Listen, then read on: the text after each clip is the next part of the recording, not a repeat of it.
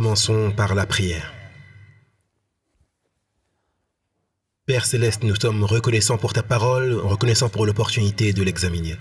Seigneur, alors que nous avons posé des questions sur l'origine du monde, nous prions que tu nous bénisses avec ta présence et avec ton Esprit Saint. Que tu nous donnes le bon message, le bon texte, que tout soit pour ta gloire. Au nom de Jésus, Amen. Alors que nous regardons à la création, nous avons été point par point, nous avons regardé différentes choses, nous avons vu que, oui, la foi est la substance des choses espérées, la démonstration des choses qu'on ne voit pas. La foi, c'est croire que vous avez des preuves pour quelque chose que vous n'avez pas vu. Maintenant, assurément, les créationnistes et les évolutionnistes commencent sur le même fondement, et c'est la foi. Parce que le créationniste dit « Dieu m'a donné suffisamment de preuves dans sa parole pour me révéler qu'il est réel, qu'il est juste, qu'il est bon et qu'il est le créateur. » Les évolutionnistes disent « Nous avons des preuves de ce que nous croyons. Nous avons regardé la prophétie, nous avons vu que Dieu a donné des preuves par la prophétie qu'il est Dieu. » Nous voyons que les évolutionnistes revendiquent leurs preuves. Nous avons vu qu'une grande partie est basée sur des choses qui se sont avérées être fausses par les évolutionnistes, pas par les créationnistes. Et pourtant, une grande partie est encore dans les manuels, même si ça a été découvert comme étant inexact. Peu importe.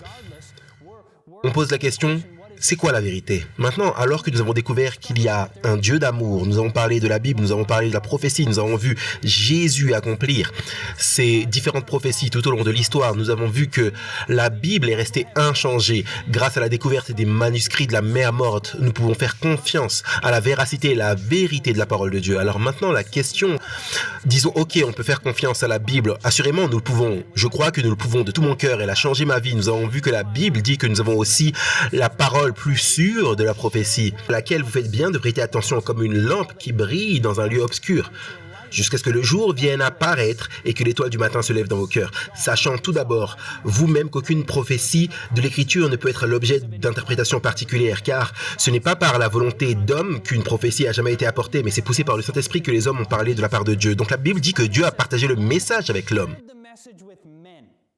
Son message, c'est... Les prophéties de la Bible sont plus claires pour l'humanité que si nous devions voir Dieu face à face. Souvenez-vous, Pierre lui-même dit que j'ai vu Jésus sur la montagne, je l'ai vu lorsqu'il a été transfiguré là, sur le sommet de la montagne. Mais il dit, il y a quelque chose de plus sûr que de voir Jésus de ses propres yeux. C'est la parole de Dieu, la prophétie. Donc nous avons regardé différentes cohérences à travers la Bible, historique, archéologique. La cohérence prophétique est dans les Écritures, mais qu'en est-il de la question?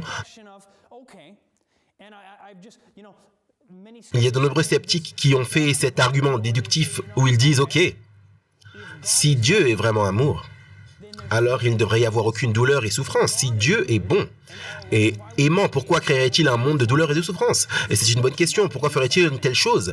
Eh bien, selon la Bible, il n'a pas fait ça. Il n'a pas créé un monde avec de la douleur, de la souffrance. Que dit la Bible réellement? Venez avec moi si vous avez vos Bibles dans Genèse, chapitre 1, le tout début de la Bible. Que dit la Bible au sujet de la création? Genèse chapitre 1, on va lire une section de Genèse chapitre 1. En fait, on va lire une bonne partie. Et regardez avec moi, il est dit ici, au commencement, Dieu créa les cieux et la terre était sans forme et vide, et les ténèbres étaient sur la face de l'abîme, et l'Esprit de Dieu se mouvait au-dessus des eaux. Il continue en disant, verset 3, « Et Dieu dit que la lumière soit, et la lumière fut.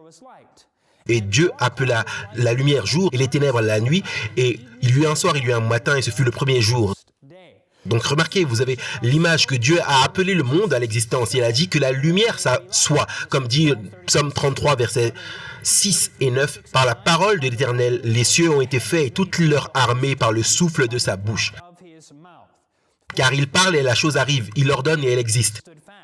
Donc l'image que nous avons, c'est que Dieu a créé les cieux et la terre, et comme il l'a créé, il l'a parlé à l'existence.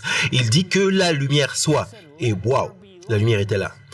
La parole continue et dit, verset 2, et la parole continue, verset 6. Dieu dit qu'il y ait une étendue entre les eaux et qu'elle sépare les eaux d'en haut avec les eaux. Et Dieu fit l'étendue et il sépara les eaux qui sont au-dessus de l'étendue avec les eaux au-dessous de l'étendue. Et cela fut ainsi. Dieu appela l'étendue le ciel. Ainsi, il y eut un soir et un matin, ce fut le second jour.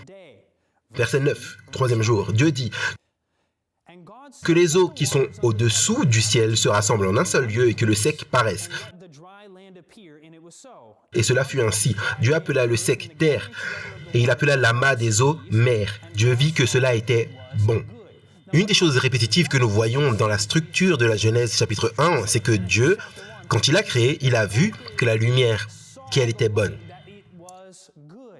Il a fait le firmament, séparant les eaux d'en haut du firmament des eaux qui étaient sous le firmament. Dieu vit ce qu'il a fait et c'était bon. On voit maintes et maintes fois que quand Dieu fait des choses, il dit « c'était bon, c'était bon, c'était bon, c'était bon ». Donc encore et encore, la Bible partage cela avec nous. Et quand nous arrivons, nous voyons la création de l'homme. Et au commencement là, et il est dit au verset 26, Genèse chapitre 1, verset 26, « Et Dieu dit, faisons l'homme à notre image, selon notre ressemblance, et qu'il domine sur les poissons de la mer, sur les oiseaux du ciel, sur le bétail de toute la terre et sur tous les reptiles qui rampent sur la terre. Dieu créa l'homme à son image. Il le créa à l'image de Dieu. Il créa l'homme et la femme. » Donc nous avons cette image que Dieu a fait l'homme. Il l'a rendu parfait. Et quand nous arrivons à la toute fin du chapitre, il est dit au verset 31, « Dieu vit tout ce qu'il avait fait et voici, cela était très bon. Il y eut un soir, il y eut un matin, ce fut le 6e jour. » Nous regardons cela et nous disons, ok, si Dieu est bon, et Dieu est aimant, et Dieu est tout-puissant, alors pourquoi a-t-il fait la douleur et la souffrance? Maintenant, selon le texte, il est dit qu'il n'a pas fait ça. En fait, c'est le contraire. Qu'est-ce qui est dit? C'est que Dieu a tout créé et tout était très bon. Il a fait cette planète et il a créé l'humanité, les animaux, et même les animaux ne se blessaient pas ou ne se tuaient pas l'un l'autre. En fait, les animaux eux-mêmes vivaient dans un monde parfait, sans douleur, souffrance, mort et maladie. Ils vivaient dans un monde parfait. Maintenant, ok? Comment cela cadre-t-il avec la perspective que nous voyons en réalité aujourd'hui? Ce qui signifie, on regarde autour de nous, on voit des viols, des maltraitances, des meurtres, sécheresse, famine. Cela ne correspond pas à cette jolie image qu'on voit dans Genèse chapitre 1. Et c'est vrai, ce n'est pas le cas. Donc la question c'est, qu'est-ce qui s'est passé? Comment tout cela a-t-il un sens? Si Dieu est bon, je veux dire, même si je crois que lui-même, Darwin lui-même, alors qu'il regardait la douleur, la misère, la souffrance, il ne pouvait tout simplement pas voir comment cela pourrait correspondre à un Dieu aimant. Maintenant, la réalité, c'est que Dieu n'a pas créé un monde rempli de douleur et de souffrance. Il n'a pas du tout fait ça. Au contraire, il a créé un monde de bonheur, de joie, avec tout ce que l'humanité voudrait, toute la nourriture dont elle aurait besoin, la chaleur, tout ce dont ils auraient besoin était là dès le début. Mais quelque chose s'est passé. Il y a eu de la discorde, il y a eu quelque chose qui a changé tout dans l'univers. Et en fait, on est dans Genèse, qui est le tout premier livre de la Bible, et quand on va dans le tout dernier livre de la Bible, Apocalypse chapitre 12, on commence à avoir une image de ce qui a changé l'univers lui-même. Apocalypse 12, venez avec moi là-bas. Apocalypse 12. Et Apocalypse 12, nous allons commencer dans le verset, on va commencer avec le verset 7. Apocalypse chapitre 12, le verset 7, il est dit, « Et il y eut guerre dans le ciel. » Il y eut guerre dans le ciel. Michel et ses anges combattirent contre le dragon, et le dragon et ses anges combattirent, mais ils ne furent pas les plus forts, et leur place ne fut plus trouvée dans le ciel. Maintenant, direct, quelqu'un regarde à ce texte et il dit « Voilà pourquoi je ne crois pas en la Bible. À cause d'un texte comme ça, il y eut guerre dans le ciel, Michel et ses anges combattirent contre un dragon. » Quelqu'un dit « Waouh, voilà pourquoi je ne crois pas en la Bible. » La bonne chose, c'est que lorsqu'on regarde à ce passage, il parle d'un dragon. Vous dites « Ouais, je ne crois pas au dragon. » La bonne nouvelle, c'est que il nous est dit dans le contexte exactement ce que ça signifie. On n'a pas besoin de deviner. Regardez ce qui est dit ici au verset 9. « Et le grand dragon fut précipité, ce serpent ancien appelé le diable et qui est Satan.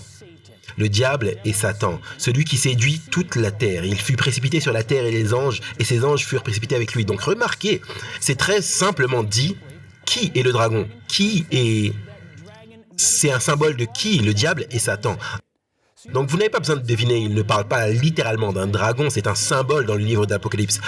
Pour Satan lui-même. Non pas qu'il soit physiquement un dragon, la Bible parle en fait de lui comme étant un ange de lumière. C'est un magnifique être qui a été rendu parfait, mais elle donne un symbole qu'il est comme un dragon, il est comme une bête maléfique. Donc il est le diable et Satan lui-même. Maintenant, remarquez ce qui est dit. Il est dit Quand on pense au ciel, normalement, la dernière chose à laquelle on pense, c'est la guerre. Pas vrai? On ne pense pas à la guerre au ciel, mais c'est ce qui est dit ici. Il est dit qu'il y eut guerre au ciel. Michel et ses anges combattirent contre le dragon et le dragon combattirent, mais ils ne furent pas les plus forts et leur place ne fut plus trouvée au ciel. Donc regardez, Dieu a créé l'univers et à un moment donné, il y eut une discorde au ciel. Regardez, en fait, il y a une sorte d'interprétation double de cela. L'une étant qu'à la croix, vous pouvez également comprendre que cela s'applique au tout début du temps, autour de la création du monde. Mais on va poser la question, pourquoi y aurait-il une guerre au ciel? Pourquoi Dieu créerait-il des ravages au ciel? Une fois de plus, il n'a pas fait ça, tout comme il n'a pas créé la douleur et la souffrance sur la terre. Mais venez avec moi dans le livre d'Ésaïe. Ésaïe chapitre 14. Ésaïe, c'est un livre de l'Ancien Testament au milieu de la Bible. Et dans Ésaïe chapitre 14, on commence à avoir une image de ce à quoi ça ressemblait tout au début quand Dieu a fait cet être parfait. La Bible King James dit qu'il était Lucifer, Lux Pharos, le porteur de lumière. Et regardez ce que nous lisons ici alors qu'on regarde Ésaïe chapitre 14 verset 12. Il est dit au verset 12, « Te voilà tombé du ciel, astre brillant, fils de l'aurore, toi Lucifer. Tu as abattu à terre, toi, le vainqueur des nations. » Maintenant, avant d'aller plus loin, Ésaïe commence ce discours en disant « Comment es-tu tombé du ciel, Lucifer ?» Maintenant, nous avons vu dans Apocalypse, chapitre 12, que Lucifer a été chassé du ciel. La Bible dit qu'il a été chassé. Il y avait cette guerre, il y avait cette bataille dans le ciel. Lucifer a été chassé du ciel. Et la question posée par Ésaïe est de savoir comment est-ce que cela est arrivé. Comment se fait-il que tu as été chassé du ciel? Comment se fait-il que tu es déchu de la perfection? Si on a une question, c'est comment est-ce qu'un être parfait comme Lucifer, il était parfait au début, on va voir ça dans un instant, comment un être parfait dans un univers parfait, avec un Dieu parfait, qui a été créé parfait, et le péché est arrivé. Et c'est une bonne question, c'est la même question qu'Ésaïe pose. Comment es-tu tombé du ciel? Lucifer, fils de l'aurore, verset 13. Qu'est-ce qui est dit? Qu'est-ce qu'il a changé? Qu'est-ce qu'il a éloigné de Dieu? Regardez ce qui est dit au verset 13. Tu disais en ton cœur, je monterai au ciel, j'élèverai mon trône au-dessus des ailes de Dieu, je m'asserai sur la montagne de l'assemblée à l'extrémité du septentrion. Je monterai sur le sommet des nues, je serai semblable au... À qui? Au Très-Haut. Il a dit, je serai semblable au Très-Haut. Qu'est-ce qu'il veut dire? À quoi ressemble le Très-Haut? Eh bien, si on regarde la Bible, Jésus dit que si vous m'avez vu, Jésus, pas moi, Chad, mais si vous m'avez vu Jésus, vous avez vu le Père. Pas que Jésus soit le Père, mais si vous l'avez vu, son caractère, sa vie, ses actions, alors vous avez vu à quoi ressemble le Père. Jésus est venu sur cette terre pour nous révéler à quoi le Père céleste ressemble. Et donc, beaucoup de gens regardent au Père céleste un peu comme froid, réservé et dur, un Père dictateur. Et ce n'est pas le cas du tout. Jésus dit, vous savez à quoi le Père ressemble? Vous voulez savoir ce qu'il aurait fait s'il était là sur la terre? Il aurait agi exactement comme moi. Il dit, parce que le Père et moi, dans le chapitre 10 de Jean, verset 33, le Père et moi, nous sommes un. Le Père et moi, nous sommes un. Maintenant, quelle pensée? Jésus dit, si vous voulez savoir à quoi ressemble le Père, il est comme moi. Eh bien, qu'est-ce que tu veux dire, il est comme moi? Comment Jésus a traité les prostituées? Il leur a monté de l'amour, la compassion, il leur a dit d'aller et de ne plus pécher. Comment est-ce que Jésus a traité les alcooliques? Et ainsi de suite. En fait, nous savons qu'il a passé du temps avec eux parce qu'on appelait Jésus un buveur de vin et un ivrogne. Maintenant, est-ce que Jésus était un ivrogne? Pas du tout, mais parce qu'il communiait avec ceux qui étaient des ivrognes, des alcooliques, nous voyons qu'ils l'ont appelé en gros un alcoolique, mais Jésus n'avait rien à voir avec ça. Mais il a aidé à montrer de l'amour à ces personnes qui étaient dans cette situation. Donc, le Père était comment? Il était parfait. Il est dit que Lucifer voulait être comme le Très-Haut. Qu'est-ce qu'il veut dire, il veut être comme le Très-Haut?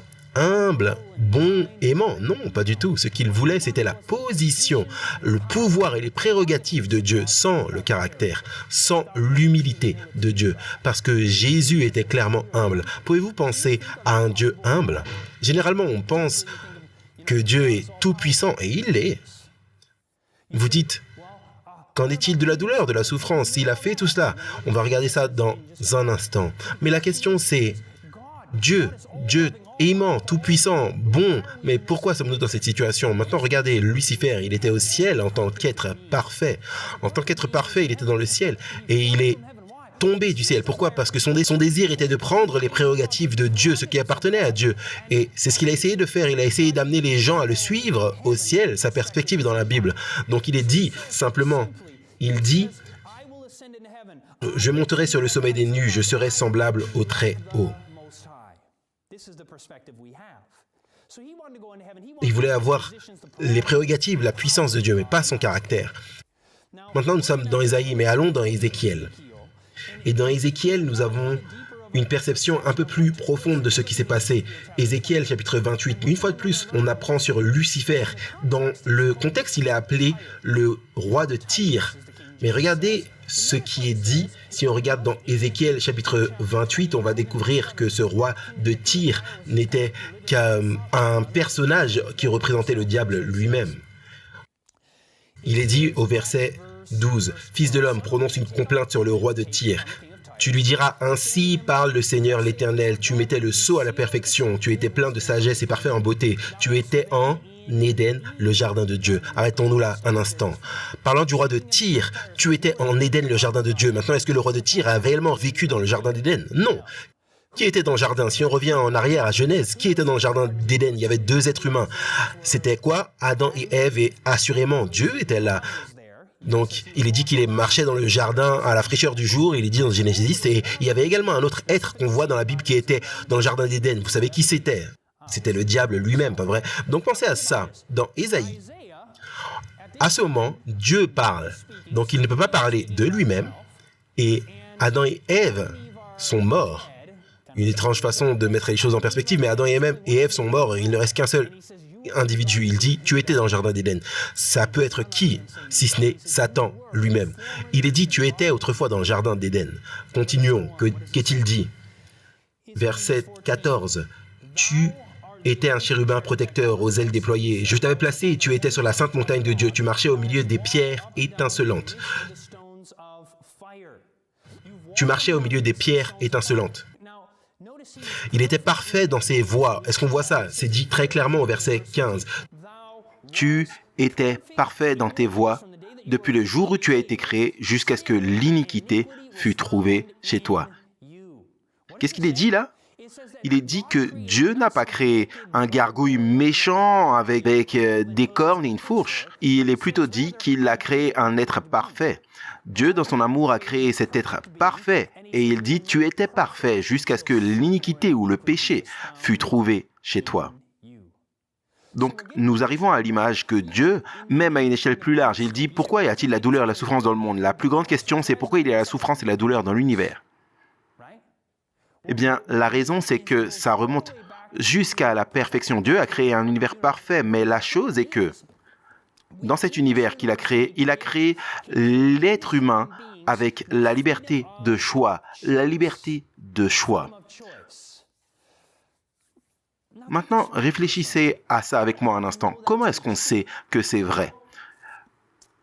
Comment est-ce qu'on sait ce qu'est l'amour? Avec moi à l'amour, juste un instant.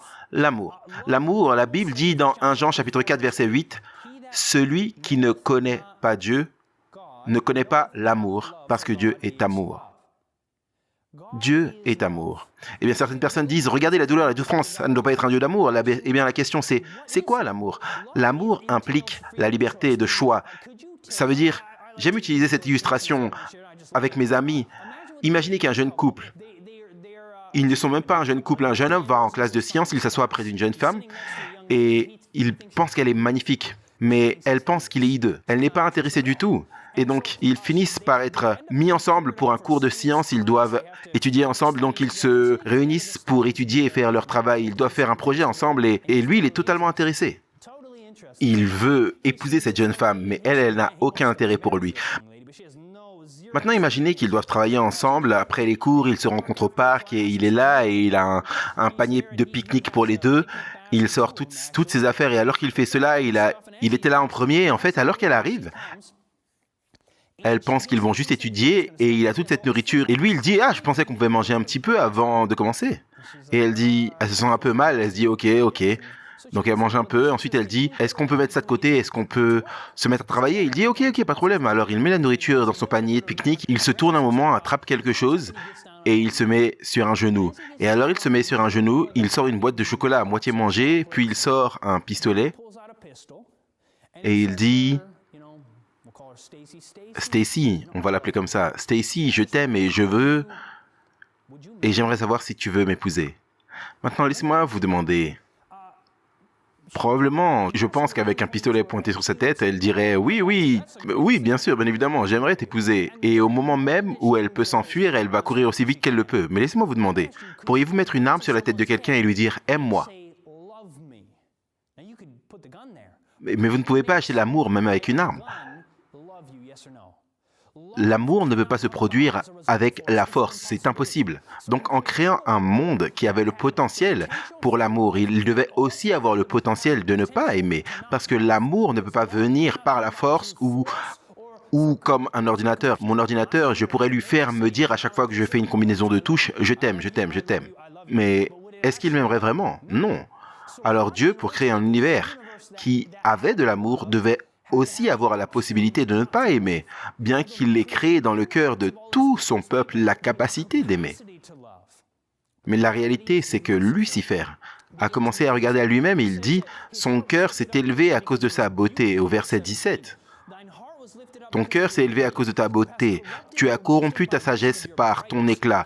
Il dit « Je te jette par terre, je te livre en spectacle au roi. » Il continue, il dit qu'il ne durera pas éternellement. Il dit là au verset 18, « Tu as profané tes sanctuaires, je fais sortir du milieu de toi un feu qui te dévore, je te réduis en cendres sur toute la terre, aux yeux de tous ceux qui te regardent. » Donc, que dit la Bible? Dieu ne va pas permettre à cette souffrance et à cette douleur de continuer pour toujours. Il dit il va mettre fin au diable. Pas que le diable règne en enfer, c'est ridicule, ce n'est pas biblique du tout cette idée que tout ça va continuer, la souffrance. Non, Dieu ne veut pas que la souffrance dure éternellement, il dit qu'il va mettre une fin au diable lui-même. Mais remarquez, nous voyons que l'univers, la souffrance, la discorde est venue dans l'univers par le diable lui-même, un être parfait fait dans un univers parfait, par un Dieu parfait qui se retourne contre Dieu. Il est ensuite venu sur cette terre, il a été jeté du ciel, il est venu sur cette terre. Là, dans Genèse chapitre 2, on commence à reprendre l'histoire. Dans Genèse chapitre 2, à partir du verset 7, il est dit « L'Éternel Dieu forma l'homme de la poussière de la terre, il souffla dans ses narines un souffle de vie et l'homme devint un être vivant. » Au verset 8, il est dit « Puis l'Éternel Dieu planta un jardin en Éden du côté de l'Orient, il avait mis l'homme qu'il avait formé. L'Éternel fit pousser du sol des arbres, toute espèce agréable à voir et bon à manger, et l'arbre de la vie au milieu du jardin, et l'arbre de la connaissance du bien et du mal. » On parle d'un fleuve qui était là, c'était un endroit magnifique, mais ensuite il est dit, au verset 16, « L'Éternel donna cet ordre à l'homme, tu pourras manger de tous les arbres du jardin. Mais tu ne mangeras pas de l'arbre de la connaissance du bien et du mal, car le jour où tu en mangeras, tu mourras. »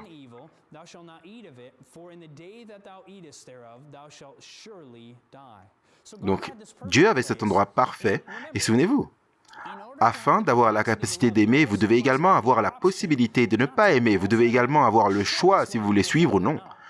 Et donc, ils ont eu l'option, Adam et Ève ont eu la possibilité d'être fidèles à Dieu par amour ou non. Et donc, dans cette situation, nous voyons ce qui se trouve, nous voyons le résultat de leur péché. Il est dit au chapitre 3, le serpent était le plus rusé de tous les animaux des champs que l'Éternel Dieu avait fait. Il dit à la femme, Dieu a-t-il réellement dit, vous ne mangerez pas de tous les arbres du jardin? La femme répondit au serpent, nous mangeons du fruit des arbres du jardin. Mais quant au fruit de l'arbre qui est au milieu du jardin, Dieu a dit, vous n'en mangerez point, vous n'y toucherez point, de peur que vous ne mouriez. Alors, ensuite il est dit, alors le serpent dit à la femme, vous ne mourrez point. Le tout premier mensonge que nous voyons dans la Bible, verset 5. Mais Dieu sait que le jour où vous en mangerez, vos yeux s'ouvriront et que vous serez comme des dieux connaissant le bien et le mal. Souvenez-vous, quel était le désir de Lucifer au ciel, ce porteur de lumière, cet être parfait que Dieu avait créé? Quand il s'est détourné de Dieu, l'une de ses idées principales était « Je veux prendre la position, je serai comme qui? Comme le Très-Haut. Je serai comme le Très-Haut. » Maintenant pensez-y, quand il vient sur la terre, sa première séduction, c'est de dire à Ève spécifiquement, il dit « Écoute, oh, tu sais, Dieu dit, si tu manges de ça, tu ne vas mourir, mais ça ne va pas te faire du mal. Dieu sait que tu deviendras comme Dieu.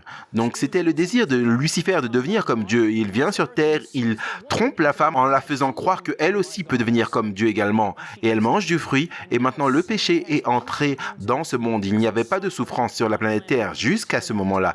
Et ensuite, nous continuons à lire. Il est dit là, plus tard, au verset 6, la femme vit que l'arbre était bon à manger et agréable à la vue, et qu'il était précieux pour ouvrir l'intelligence. Elle prit de son fruit et en mangea, et l'en donna aussi à son mari qui était auprès d'elle, et il en mangea. Les yeux de l'un et de l'autre s'ouvrirent, ils connurent qu'ils étaient nus, et ayant cousu des feuilles de figuier, ils s'en firent des ceintures. Donc, ils se sont détournés de Dieu. Remarquez, la Bible dit dans 2 Corinthiens 5, verset 7, « Car nous marchons par la foi et non par la vue. » Nous avons déjà découvert que toute l'humanité marche par la foi et non par la vue, que nous croyons que l'évolution a fait tout à partir d'absolument rien. Rappelez-vous que nous avons vu spécifiquement que l'évolution enseigne qu'il existe un moment où le temps, l'espace, la matière ou l'énergie n'existaient pas et que rien a explosé et a commencé l'univers. Ainsi, il existe un moment, et vous pouvez croire cela, mais ça serait basé sur la foi, non sur une science dure. Mais la création est également basée sur la foi, et la Bible dit que nous devons marcher par la foi et non par la vue. Eh bien, Ève, dans cette situation, quand elle a suivi le serpent, est-ce qu'elle marchait par la vue ou est-ce qu'elle marchait par la foi? Elle marchait en fait par la vue. Elle a vu que l'arbre était bon à manger. Elle a vu qu'il était désirable pour rendre sage. Et elle en a pris, elle en a mangé, elle en a donné à son mari et ils en ont mangé. Les yeux de l'un et l'autre s'ouvrirent. Et bien sûr, ils ne sont pas devenus comme Dieu, c'est ce qu'ils pensaient, mais ce n'était pas le cas. Qu'est-ce qui a fini par arriver? Remarquez, immédiatement après avoir péché contre Dieu, après avoir désobéi au commandement de Dieu, regardez immédiatement ce qui se passe. Il est dit au verset 8, « Alors, ils entendirent la voix de l'Éternel qui parcourait le jardin vers le soir, et l'homme et la femme se cachèrent loin de la face de l'Éternel, Dieu au milieu des arbres du jardin. » Regardez ce qu'ils font. Alors qu'ils ont péché, immédiatement ils commencent à se cacher de Dieu. Et c'est le cas. Il est dit dans Ésaïe chapitre 59 et verset 2, il est dit, mais ce sont vos iniquités ou vos péchés qui ont mis une séparation d'avec votre Dieu. Maintenant, le péché, c'est enfreindre la loi de Dieu, mais le résultat de la violation de la loi de Dieu, c'est la séparation d'avec lui. Et c'est ce que nous voyons ici. Alors qu'ils ont péché, cela les a séparés de Dieu. C'est très intéressant. Et donc, alors qu'ils étaient séparés de Dieu, remarquez que Dieu, lui, ne s'éloigne pas d'eux, qu'il ne cherche pas à ne rien avoir à faire avec eux. Il est dit, au verset 8, « Alors ils entendirent la voix de l'Éternel Dieu qui parcourait le jardin vers le soir, et l'homme et sa femme se cachèrent loin de la face de l'Éternel Dieu, au milieu des arbres du jardin. Mais l'Éternel Dieu appela l'homme et lui dit, « Où es-tu » Remarquez, Dieu ne les laisse pas là. Il les recherche immédiatement. Nous pouvons essayer de nous éloigner de Dieu à cause de nos péchés. Nous pouvons essayer de nous éloigner de lui, de rester loin de lui, mais le fait est, c'est qu'il nous poursuit tout le temps. Mais il ne nous forcera pas. Nous avons déjà vu que Dieu n'est pas un Dieu de force, c'est un Dieu d'amour. Et il essaie de nous attirer à lui, de nous amener à lui. Mais nous n'avons pas à le suivre, il ne nous forcera pas. Et dans cette situation, Dieu immédiatement après qu'ils aient péché, Dieu a cherché Adam et Ève. Et lorsque nous avons notre conscience qui est piquée et que nous sentons que nous avons fait quelque chose de mal, c'est Dieu qui nous appelle, qui veut nous éloigner de ces choses qui nous ont séparés de lui, qui nous ont séparés de son amour et de la vie éternelle. Il nous rappelle à la maison et c'est exactement ce qui se passe ici. Et il est dit, verset 9, « Mais l'Éternel Dieu appela l'homme et lui dit, « Où es-tu » Il répondit, « J'ai entendu ta voix dans le jardin et j'ai eu peur parce que je suis nu et je me suis caché. » Et l'Éternel dit, « Qui t'a appris que tu es nu? Est-ce que tu as mangé de l'arbre dont je t'avais défendu de manger ?» L'homme répondit, « La femme que tu as mis auprès de moi m'a donné de l'arbre et j'en ai mangé. » Remarquez, quand Dieu parla à Adam, il dit, « Est-ce que tu as mangé de cet arbre ?» Il avait une bonne réponse et sa réponse était, « C'est la faute de la femme. » Et les hommes utilisent cette excuse depuis. Blâmer leur femme, blâmer leur mère, blâmer tout le monde à part eux-mêmes. Et en fait, on finit par découvrir que c'est notre faute à nous. Et là, c'est le cas. Regardez. Ils ont apporté le péché et la séparation. Et écoutez, Dieu, c'est la vie éternelle, c'est la perfection. Et alors que nous nous séparons de la perfection, c'est quoi le résultat final de se détourner de la perfection? C'est évidemment que nous recevons quelque chose qui est imparfait, quelque chose qui est corruptible, au lieu d'être incorruptible, comme cet univers dans lequel Dieu voulait initialement que nous vivions. Donc Dieu a immédiatement promis qu'il y aurait un sauveur qui va venir au verset 15. Dieu dit au verset 15, « Je mettrai séparation, inimitié entre toi et la femme, entre ta postérité et sa postérité. » Celle-ci, c'est la prophétie de Jésus. T'écraseras la tête et tu lui blesseras le talon. La prophétie dit qu'il en viendra un, à un moment donné, qui va écraser la tête de Satan. Mais alors qu'il vient écraser la tête de Satan, Satan, lui, va lui mordre le talon. Il porte un coup mortel au diable lui-même. Nous avons vu cela dans Ézéchiel. Mais nous voyons aussi que le diable causera douleur et souffrance à Jésus lui-même.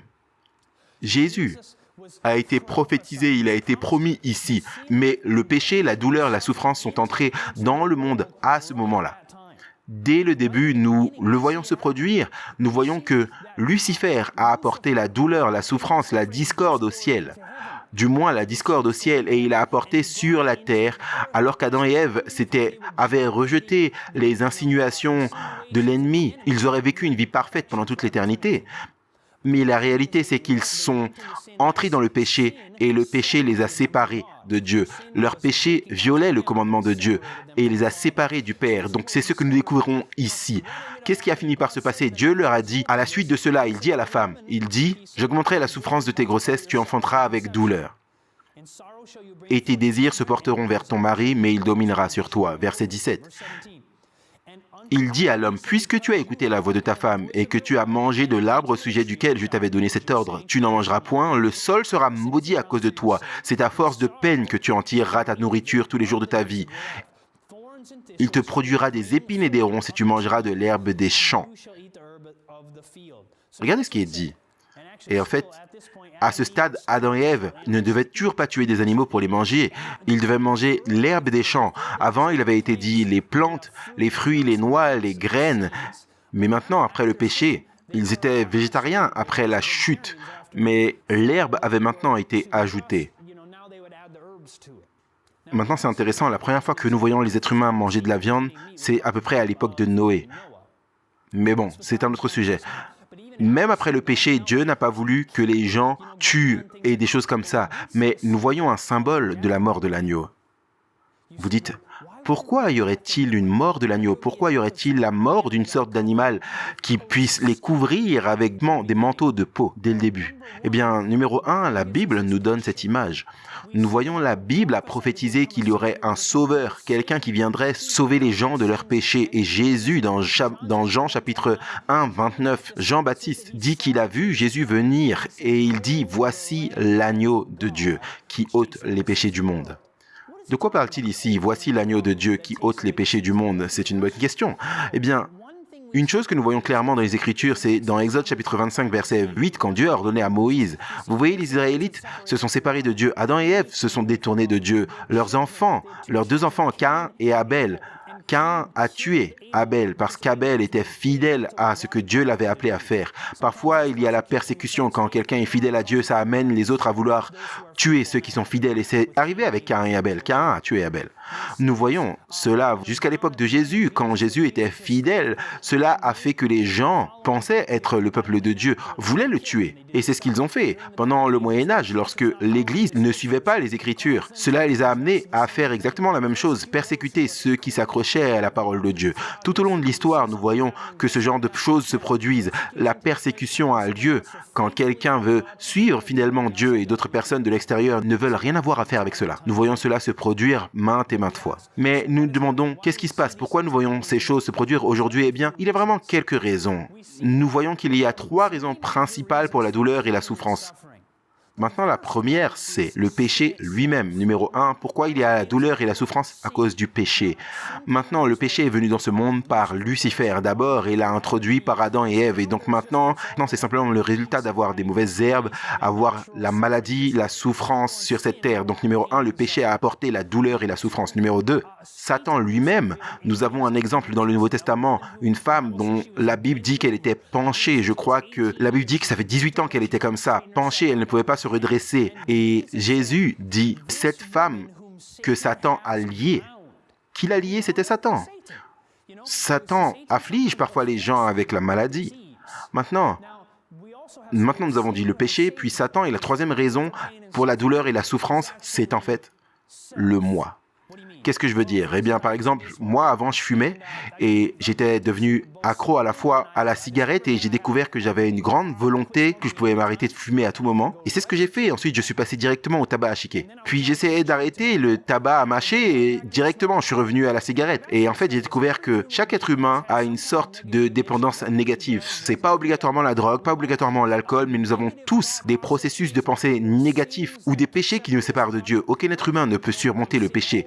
Et bien sûr, une personne pourrait ne pas croire en Dieu, et il n'est pas toxico, il n'est pas fumeur, il n'est pas buveur, il n'a peut-être aucune chose dans sa vie, mais il y a toujours le péché dans sa vie qu'il ne peut pas surmonter sans le pouvoir de Jésus-Christ. Jésus seul peut nous donner la victoire ultime, et Jésus ne nous appelle pas à abandonner l'alcool et à devenir accro aux cigarettes, il veut nous donner la victoire sur toutes les dépendances, même sur les dépendances mentales que nous pouvons avoir, et qui n'impliquent pas des substances. Il veut nous donner la victoire. Donc il y a 3 raisons pour la douleur et la souffrance. Numéro 1, c'est le péché. Ce monde est en proie au péché. Numéro 2, Satan. Satan afflige les gens. Mais numéro 3, c'est le moi. Par exemple, lorsque j'étais fumeur, imaginez que j'avais fumé pendant 45 ans et je m'étais attrapé une maladie pulmonaire, un emphysème, et que je secoue mon poing contre Dieu et que je dis « Dieu, pourquoi tu m'as fait ça ?» Est-ce que c'est Dieu qui m'a fait ça, oui ou non? Non, ce n'est pas Dieu qui m'a fait ça. C'était moi-même. La raison pour la douleur, et en fait, il y a d'autres moments où d'autres êtres humains, à cause du péché et de Satan, eux-mêmes causent l'affliction, les agressions, les viols, les meurtres, ce genre de choses. L'humanité a apporté la douleur et la souffrance dans ce monde. La réalité, c'est que ces choses se sont produites. Quelqu'un pense, eh bien, pourquoi Dieu n'a tout simplement pas tué le diable? Je veux dire, au moment où il voulait, avec tous ces anges merveilleux au ciel, et que Lucifer se retourne contre Dieu, Dieu aurait pu... Et il disparaît pour toujours. Il pouvait prendre un pistolet céleste ou je sais pas, mais vous comprenez l'idée. Il aurait pu faire quelque chose et Satan n'existe plus. Qu'est-ce qui se serait passé au ciel si Dieu avait fait ça? Si Dieu avait fait ça, vous pouvez imaginer ce qui se serait passé au ciel. Vous savez,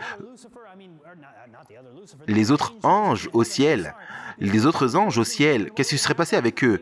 Ils auraient dit... Au moins, Gabriel, on connaissait son nom. Imaginez Gabriel qui marche au ciel ou bien qui vole à travers le ciel, qu'importe ce qu'ils font. Il regarde autour de lui et il voit certains des anges et il dit « Vous avez vu Lucifer quelque part ?»« Non, ça fait longtemps qu'on n'a pas eu Lucifer. » Quelqu'un dit « Oui, mais ne parlons plus de lui. » Et ensuite il dit « Mais qu'est-ce que tu veux dire, ne parlons plus de lui? Tu sais pas ce qui s'est passé? Dieu l'a zappé de l'existence. » Dieu a fait quoi?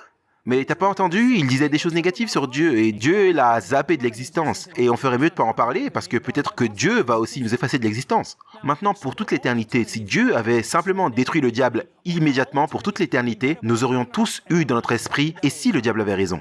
Tous les anges auraient pu poser la question « Et si le diable avait raison? Et s'il avait raison ?» Et cette information aurait pu parvenir à l'humanité et la douleur et la souffrance venir et on aurait pu se poser « Eh bien, qu'est-ce qui s'est passé ?» Peut-être que le diable avait raison, peut-être que les voies du diable étaient plus justes. La seule option pour un Dieu aimant, c'était d'autoriser les plans du diable. Il dit, ok, je suis plus juste, j'ai de meilleurs plans, je serai comme le Très-Haut. Et donc Dieu doit permettre à ces choses de continuer pour que l'humanité puisse voir. Pour que l'humanité et les anges, pour que la vue d'ensemble soit montrée qui est juste, qui est droit, qui est bon, qui est amour. Ce qui finit par se passer, c'est que nous avons l'univers qui regarde pour voir qu'est-ce qui se passe. Nous voyons la guerre se dérouler dans le ciel. Il y a 2 côtés. Il y a le bien, il y a le mal, il y a la justice, il y a le mal. Nous voyons ces choses des 2 côtés. Et la question est de savoir qui allons-nous suivre. Tout comme Lucifer, tout comme les disciples fidèles, nous avons tous une option, un choix, parce qu'il nous a donné la liberté de choisir. Imaginez ce que ce serait. Vous savez, vous avez déjà peut-être entendu l'illustration. Imaginez que vous ayez un président et le président dit, au moins aux États-Unis, on n'a jamais eu un président nommé Vinny. Disons qu'on a un président qui s'appelle Vinny et que son vice-président s'appelle Tony. Et ces 2 gars sont président et vice-président.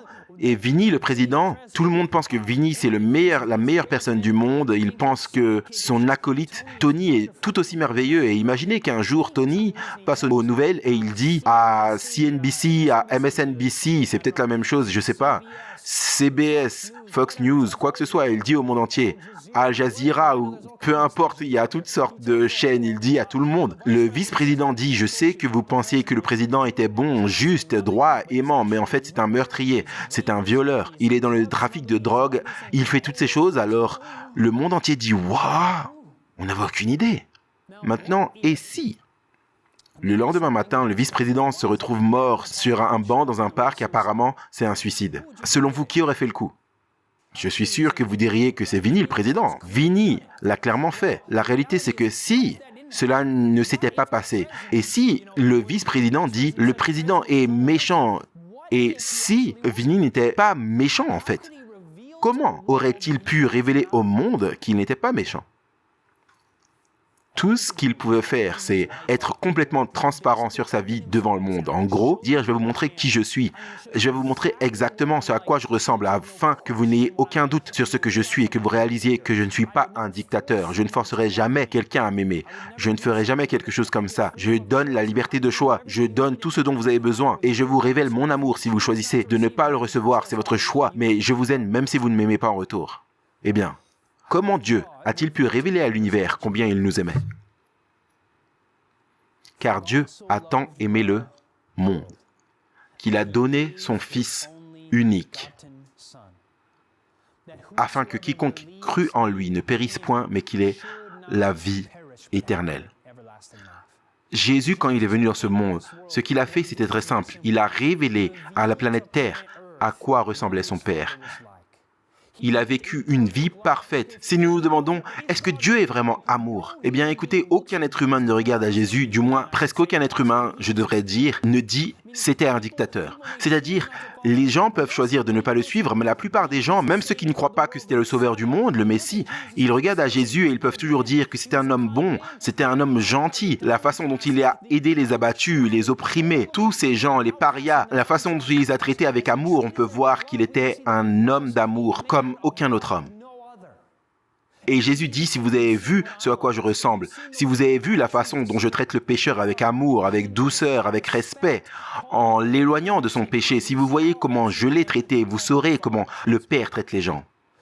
Quand Jésus est venu sur cette terre, il a marché sur cette planète comme nous devons le faire. Il a traversé les épreuves de la tentation, la douleur, la souffrance, même les maladies. Le livre d'Ésaïe nous dit qu'il a porté nos chagrins, il a porté nos douleurs, il a pris sur lui-même nos infirmités, nos maladies, il les a pris sur lui, il a vécu la souffrance que vous et moi avons à souffrir. Vous dites, mais ce n'est pas juste que nous ayons à vivre dans ce monde de douleur, de souffrance, de mort, de maladie, et lui, il est là-haut, au ciel, dans la perfection. Mais est-ce qu'on peut vraiment dire ça? Est-ce qu'on peut vraiment dire pourquoi lui, il est installé là-haut alors que nous sommes là dans l'humanité souffrante?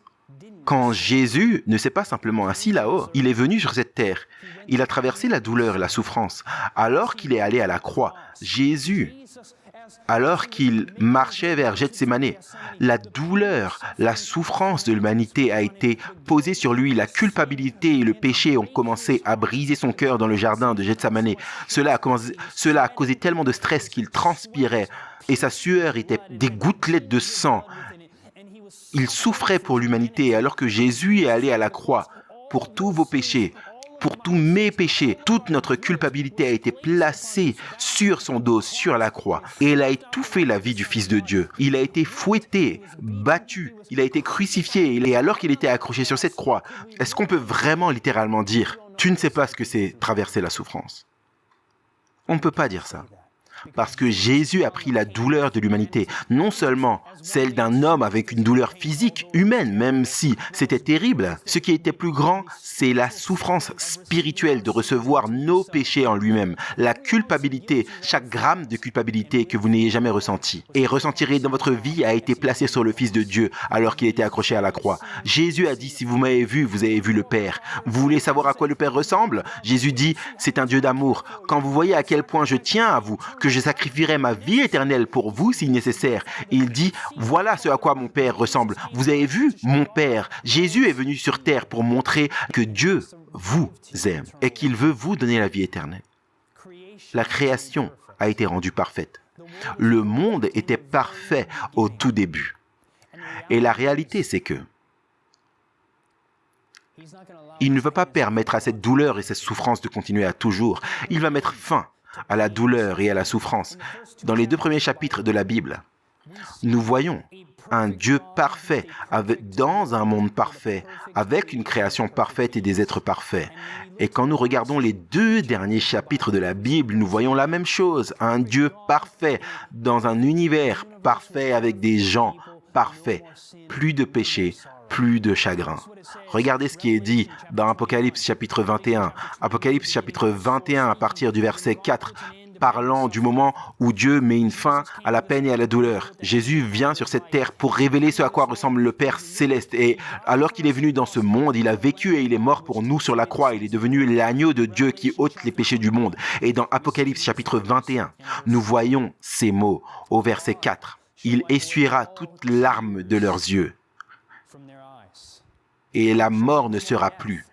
Et il n'y aura plus ni deuil, ni cri, ni douleur, car les premières choses auront disparu. Je me souviens d'avoir rencontré une dame qui avait été abusée sexuellement de manière horrible par des membres de sa famille.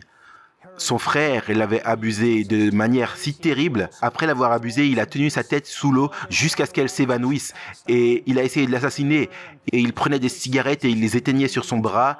Et vous pouvez voir toutes les cicatrices des années de douleur et de souffrance qu'elle a traversées. Beaucoup ont été victimes d'abus physiques, sexuels. Beaucoup ont traversé des pays et des lieux ravagés par la guerre.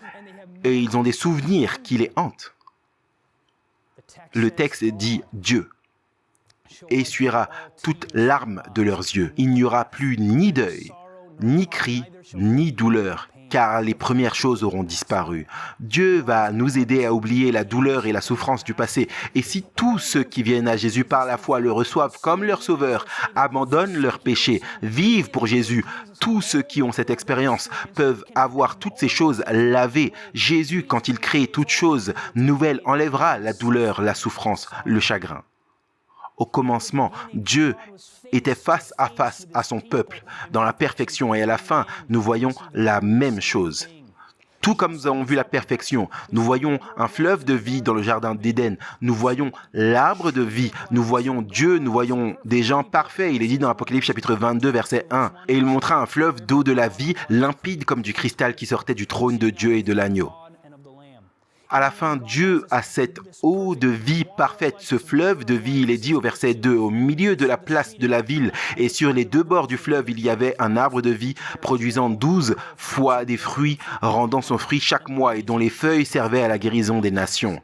Il n'y aura plus d'anathème. Le trône de Dieu et de l'agneau sera dans la ville. Ses serviteurs le serviront et verront sa face. Et son nom sera sur leur front. Le peuple de Dieu le verra face à face. Tout comme son peuple l'a vu au début. Dieu va mettre une fin à toute la douleur, la souffrance. Pourquoi y a-t-il de la douleur? L'une des plus grandes questions des sceptiques, si Dieu est aimant et tout-puissant et bon, pourquoi y a-t-il de la douleur et de la souffrance? Dieu a révélé qu'il ne désire pas la douleur, que la douleur est venue dans ce monde à cause du péché, à travers Satan et de nos propres choix. Mais Dieu un jour mettra fin à tout cela. Et non seulement que Dieu a traversé la douleur tout autant, d'ailleurs plus que tout autre être humain, parce qu'il a dû se tenir là, il a dû être avec les gens qui souffraient. Et Jésus, en venant sur cette terre, a pris nos souffrances sur lui-même, sur la croix. Jésus est venu sur cette terre non seulement pour révéler les faits de la création, mais pour révéler l'éternité à toute sa création. Y a-t-il quelque chose dans votre vie qui vous empêcherait de suivre Jésus, de lui donner votre cœur? Mes amis, il vous aime plus que la vie elle-même et il l'a prouvé en allant à la croix. Et il dit, allez-vous me suivre? Allez-vous me donner votre cœur? Et je vous pose la question, est-ce que c'est votre désir de donner votre vie au Sauveur Jésus-Christ? Il vous appelle. Prions.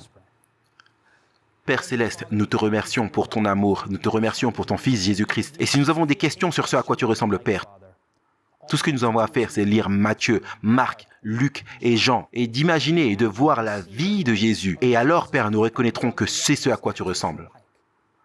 Bon, aimant, juste, pur, appelant les pécheurs à la repentance. Et Père, nous voulons faire l'expérience de cela. Nous voulons faire l'expérience d'une vie transformée à laquelle tu nous appelles à vivre. Nous voulons vivre victorieux par Jésus. Nous te remercions d'avoir envoyé ton Fils. Père, ma prière, c'est que nous le recevions au nom de Jésus. Amen.